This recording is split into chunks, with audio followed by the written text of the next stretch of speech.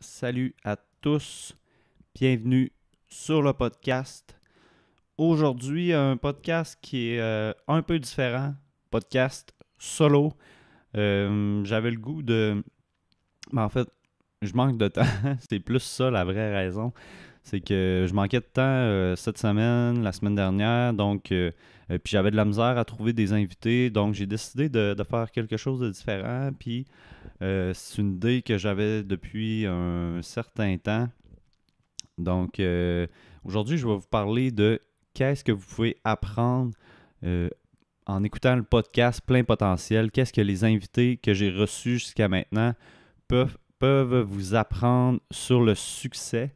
Donc, quand j'ai débuté le podcast, c'est de quoi que je disais autour de moi un peu au monde en essayant d'expliquer le podcast et le concept. Ce que je disais, c'est que il y a des points communs chez les personnes qui réussissent, qui ont du succès dans un domaine. Donc, peu importe que ce soit dans le sport ou dans d'autres domaines. Donc, il y a souvent des éléments qui reviennent puis qui sont présents chez ces personnes-là. Puis, je l'expliquais peut-être pas toujours bien, mais c'est ça. Des fois, j'avais des gens qui étaient sceptiques. Et en fait, ce que je me suis rendu compte, c'est que c'était probablement dans ma façon de l'expliquer vraiment, mais ce que je veux dire par là, c'est qu'il y a des points qui reviennent souvent au niveau mental, au niveau du mindset. Donc, tu sais, je suis tout à fait conscient que si tu fais du sport, même si tu fais deux sports complètement qui peuvent être un peu différents, peut-être ça va te prendre des éléments physiques qui sont pas les mêmes. Donc, si tu pratiques le golf, bon, tu n'as peut-être pas besoin autant là, d'avoir une forme physique là, exemplaire. Là. Mais d'un autre côté, si tu joues au football ou au hockey, bon, ça va être plus important. Donc, oui, au niveau physique, c'est sûr qu'il y a des choses qui vont être différentes. Mais en termes mental, en termes de mindset, donc il y a vraiment des éléments qui reviennent souvent. Puis je m'en suis rendu compte en tournant le podcast, par les invités que j'ai reçus. Des fois, les questions que je posais, ils se ressemblaient un peu. Donc j'ai réussi à avoir des réponses qui démontraient bien ce point-là, qui démontraient bien ce que je veux dire par là, que pour réussir, ça prend quand même certains éléments là, qui vont être présents. Et au niveau mental, là, c'est souvent ces mêmes éléments-là. Bon. Donc, j'ai mon ordi qui est juste là. Donc, podcast un peu différent. Je me suis fait des petites notes pour pas m'égarer, pour pas dire n'importe quoi. Parce que j'avais des idées en tête, mais je suis pas trop préparé non plus. Donc, c'est ça, c'est quand même différent pour moi aujourd'hui. Donc, j'ai 5 points. 5 points qui, selon moi, pour l'instant, c'est les choses qui ont ressorti le plus dans mes 14 podcasts avant celui-ci. Donc, 5 éléments euh, importants dans la poursuite du succès, dans la poursuite d'un objectif, peu importe ce que c'est. Donc, des choses qui sont ressorties. Donc, je vais prendre une petite gorgée d'eau avant de débuter.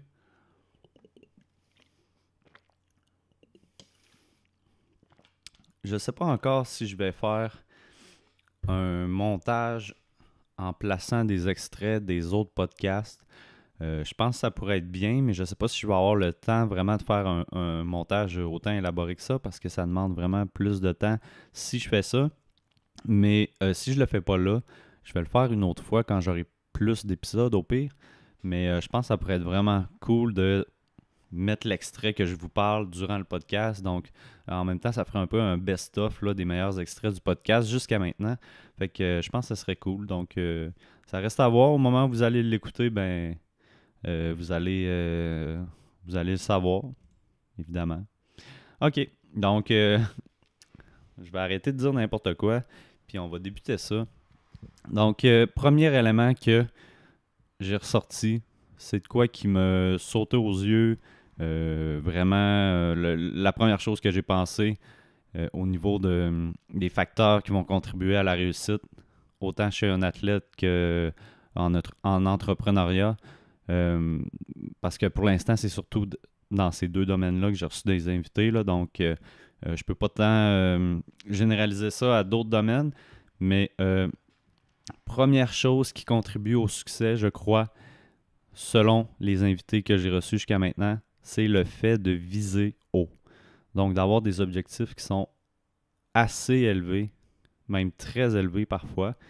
Et je l'ai vu récemment avec l'invitée Amélie Piché-Plante qui, elle, avant même de commencer le powerlifting, avait déjà en tête de... je vais essayer de retrouver ce qu'elle avait dit exactement, là. Donc, avant même d'avoir commencé à faire du powerlifting, à commencer son sport, elle avait déjà en tête que la première chose qu'elle a dit à son entraîneur, qui est son copain d'ailleurs, c'est qu'elle voulait aller au championnat du monde.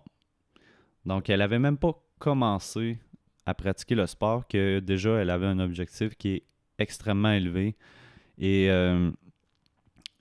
ce que je trouve cool aussi avec cette histoire-là, c'est que souvent, quand tu vises aussi haut et que tu as des objectifs autant élevés, il va y avoir quelqu'un qui va te ramener sur Terre, comme on peut dire ça comme ça. En tout cas, et pourtant, bon, et pourtant, c'est peut-être la pire chose à faire, dans le fond, parce que si au moment où Amélie avait dit ça à son chum, à son coach, là, je vais plus l'appeler son coach, parce que dans ce cas-là, je pense qu'elle s'adressait plus au coach qu'au copain, mais parce que c'est lui qui l'a vraiment entraîné là, pour les compétitions.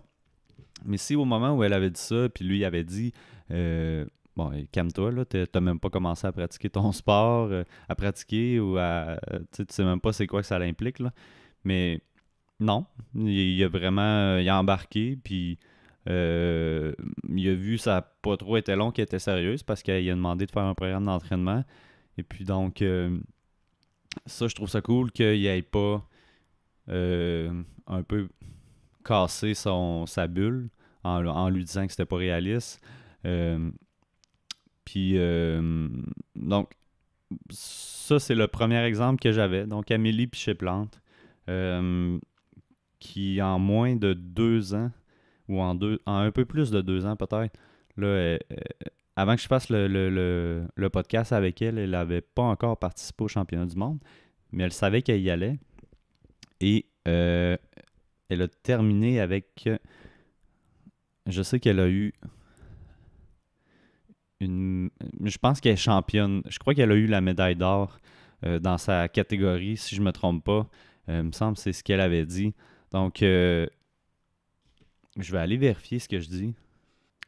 OK, oui. Après vérification, effectivement, Amélie qui a gagné son pari, 2 ans après avoir dit qu'elle allait se rendre au championnat du monde, non seulement elle s'est rendue, mais elle est maintenant championne du monde junior. IPF 2019 World Champ Junior, donc dans la catégorie des 52 kg.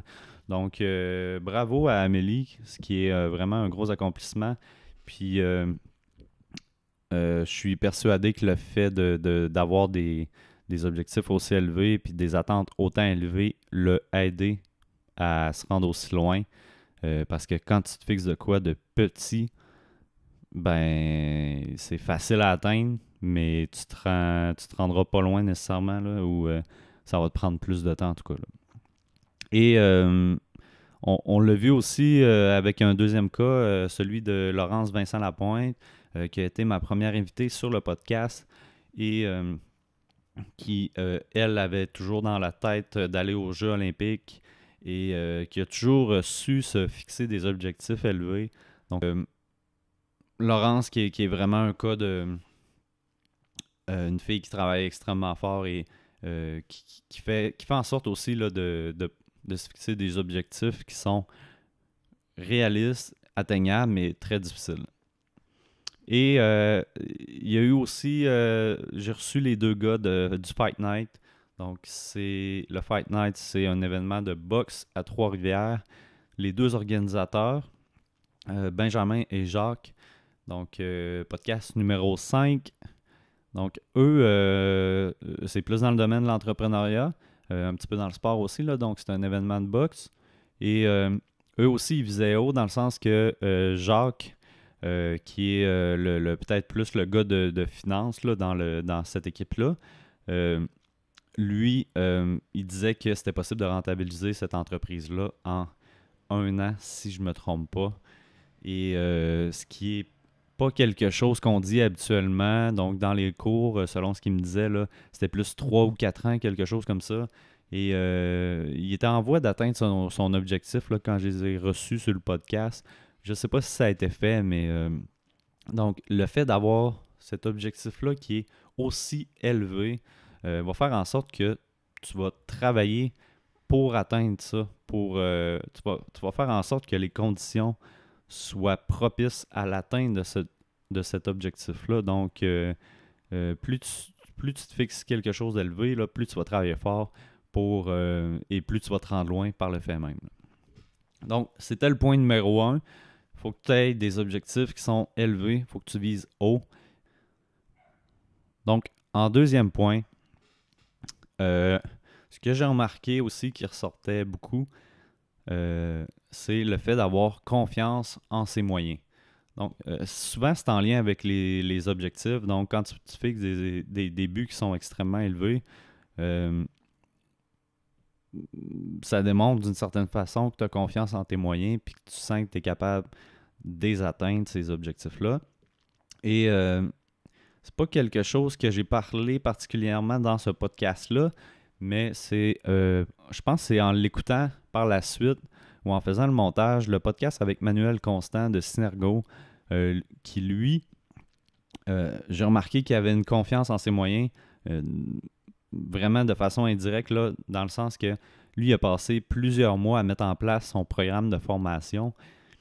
Puis, ce que je trouvais, c'est que ça demandait vraiment une forte confiance en son projet, dans le sens que le temps qu'il a mis là-dedans, c'est du temps qui aurait pu être extrêmement... Il aurait pu perdre ce temps-là si son projet ne marchait pas, mais il savait quoi faire pour que ça fonctionne. Il savait quoi mettre en place. Donc, il avait confiance en lui.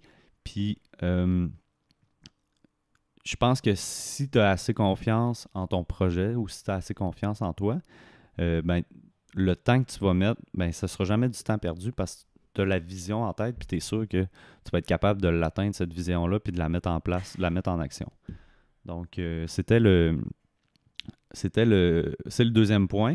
J'avais d'autres exemples, en fait, à ce niveau-là. Il y a aussi Christian Hamel que j'ai reçu sur le dernier épisode. Là, il y a un petit peu de bruit dehors. Je crois que je vais aller fermer la porte. Donc, ouais, je vais aller fermer la porte. OK, donc, deuxième point, la confiance en ses moyens. Donc, oui, c'est ça, Christian Hamel qui a bien démontré aussi cette confiance en lui qu'il avait, dans le sens que lui a quitté son travail pour devenir travailleur autonome parce qu'il était plus, il avait plus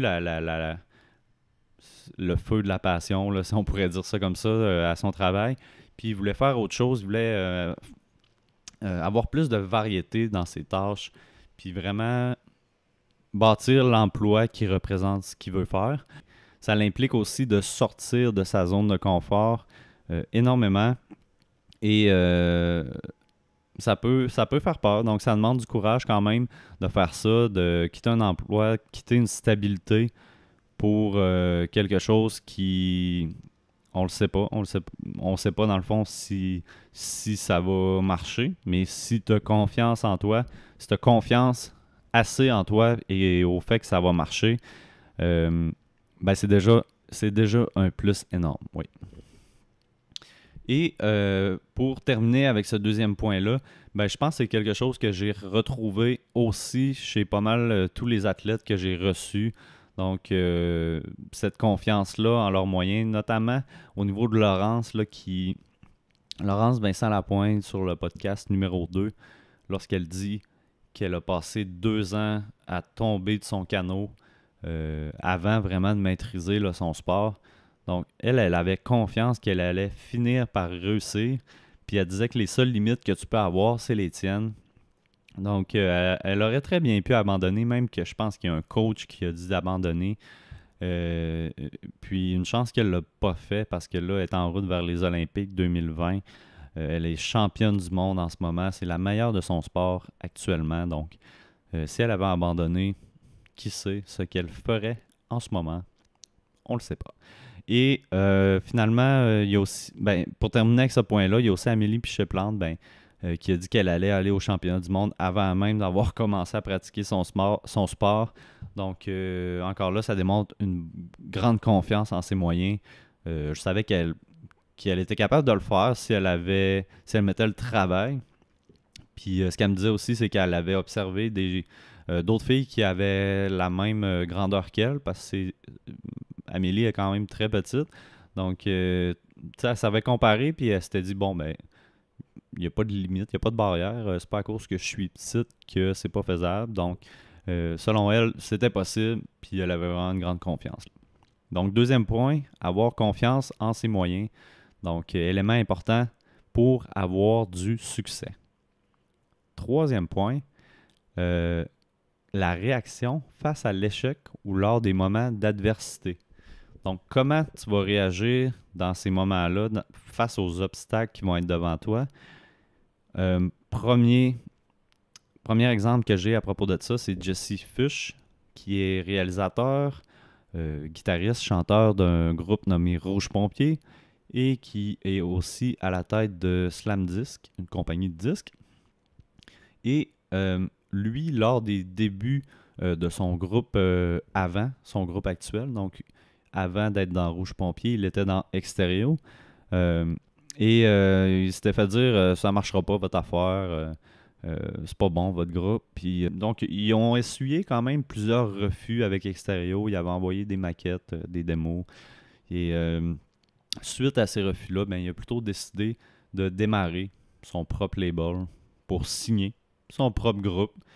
Puis donc c'est comme ça qu'il a réagi face à l'adversité. Donc il a juste continué. Il me disait aussi qu'il a continué d'apprendre. Il a suivi des formations au niveau de la gestion, là, justement, parce que démarrer son étiquette de disque, ça implique plusieurs choses à plusieurs niveaux, là, comptabilité, au niveau de gestion, gestion de personnel, mais bref, c'est un domaine que je connais pas tellement, mais il avait besoin de se former pour ça, mais il l'a fait. Donc, lui, dans ce moment d'adversité, il n'a pas vu ça comme un échec de se faire refuser par des maisons de disques. Il a plutôt vu ça comme une opportunité de passer par un autre chemin puis d'y aller d'une autre façon, là. Donc, premier cas, Jesse Fuchs, qui est dans le podcast 4, si vous voulez voir ça. Et encore une fois, Laurence Vincent Lapointe, lors de ses débuts en canoë, lors de ces 2 ans où elle a chuté, évidemment, elle aurait pu facilement abandonner. Elle se l'est d'ailleurs fait recommander, mais elle a continué. Puis, un troisième exemple, c'est Marie-Claude Molnar, que j'ai eu sur le podcast 10, je crois, qui a eu un accident important en vélo. Elle s'est faite frapper par un camion durant qu'elle était en vélo. Puis quelques semaines, quelques mois après, elle était déjà de retour sur son vélo. Puis elle n'a pas abandonné à cause de ça. Puis ce qu'elle disait, c'est que tu le veuilles ou non, il va y avoir des obstacles et de l'adversité. Donc, c'est pas tant de chercher comment les éviter parce qu'il va toujours en avoir. Donc, tu es aussi bien de te préparer, de te mettre en position difficile pour être mieux capable d'affronter ces obstacles-là qui vont venir par la suite. Je crois que c'est Antoine Jolicoeur Desroches qui m'avait dit ça aussi. Donc, que ça peut être bien d'affronter des conditions difficiles pour être plus prêt. Donc, dans son cas, Antoine c'est un triathlète. Donc, parfois, il fait pas beau dehors, là. C'est un sport qui dépend beaucoup des conditions météorologiques. Et tu dois affronter des fois de l'eau extrêmement froide lors de la nage. des fois des vents, de la pluie ou trop de chaleur, trop de froid quand tu cours, quand tu fais du vélo. Donc ça, c'est des conditions que tu ne contrôles pas. Et donc, tu es aussi bien de te préparer à affronter ces éléments-là que de simplement te laisser affecter par eux. Donc, troisième élément important pour avoir du succès, comment tu vas réagir face à l'échec ou lors des moments d'adversité. Tu es mieux de voir ça comme des opportunités de grandir, puis tu es mieux de te préparer pour ces événements-là. Donc, ça fait le tour pour le troisième élément. Quatrième chose que j'ai remarqué en écoutant mes podcasts ou en enregistrant mes podcasts plutôt, c'est que pour avoir du succès, il ne faut pas s'attendre à avoir les meilleures conditions. Bon, je viens d'en parler un peu. Ça fait un peu le pont avec traverser des moments d'adversité. Donc, quand les conditions ne sont pas optimales, c'est une façon d'affronter de l'adversité. C'est une façon d'améliorer ton mental, de devenir plus fort mentalement. Parce que si tu es toujours dans des conditions optimales, ce qui n'est jamais le cas en fait, là, en compétition ou dans un sport, mais si tu fais juste te pratiquer dans des conditions optimales, tu ne te prépares pas vraiment, là, tu ne te pratiques pas à la réalité de ce que est une compétition. Là, je parle du sport, mais ça pourrait très bien s'appliquer au monde du travail. Si tu n'es pas prêt à affronter des conditions de travail ou à dealer avec des personnalités qui sont un peu plus difficiles, peut-être dans le monde du travail. Peut-être tu as des collègues avec qui tu as un peu plus de difficultés, mais ça, c'est peut-être des conditions qui sont difficiles, qui font en sorte que ton travail est un peu plus difficile, mais tu es aussi bien de te préparer puis d'utiliser ces opportunités-là pour t'améliorer en tant que personne. Et souvent, ben, tu ne peux pas contrôler comment sont les autres personnes, là, ou du moins, tu peux dire comment tu te sens, mais tu ne peux pas nécessairement changer la personnalité profonde d'une personne. Donc, ne pas attendre d'avoir les meilleures conditions.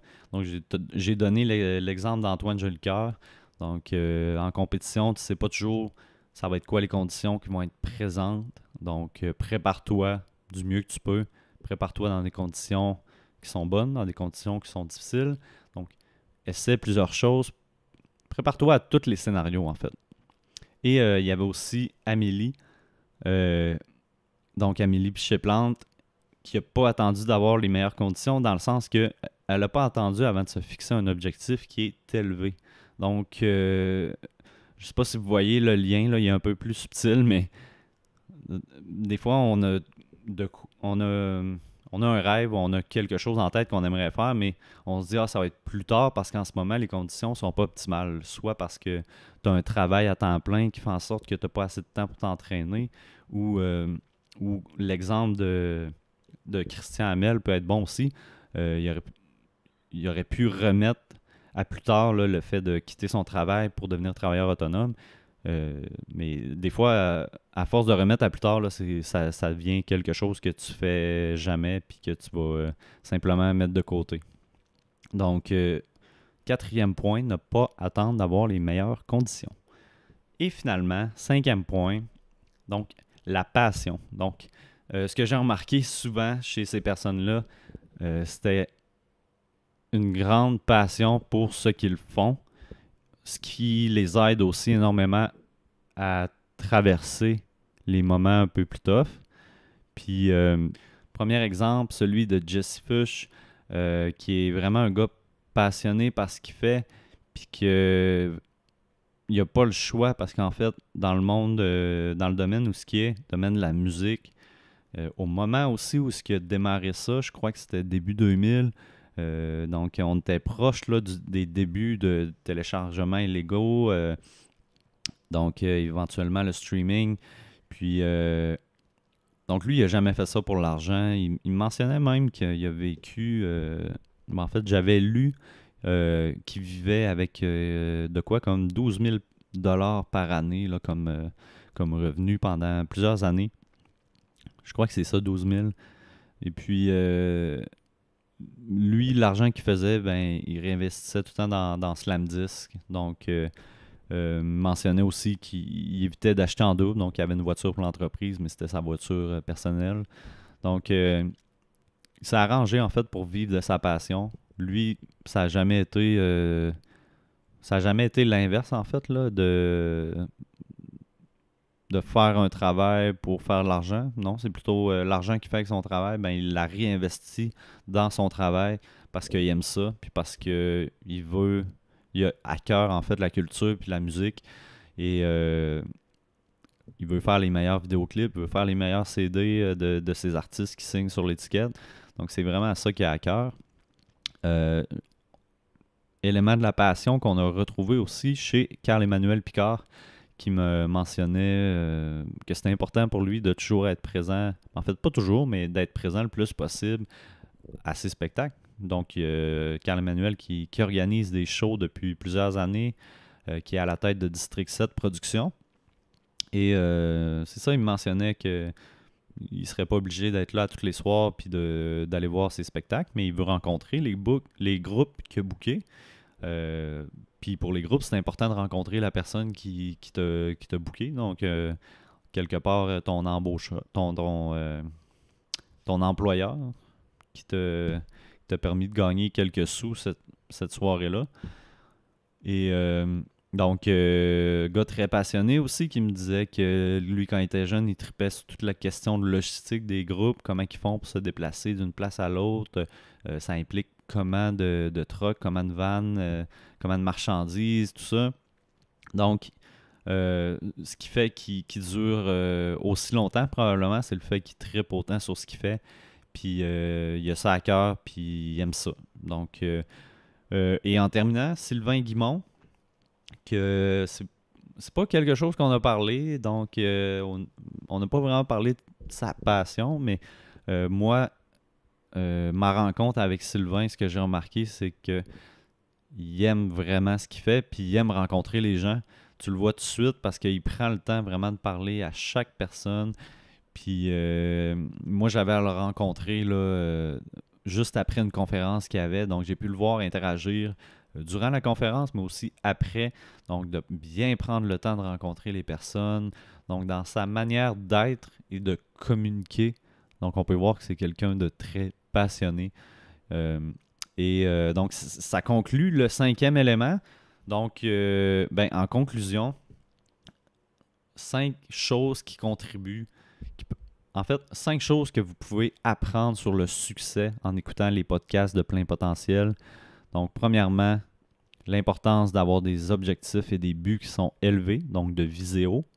Deuxièmement, une grande confiance en ses moyens.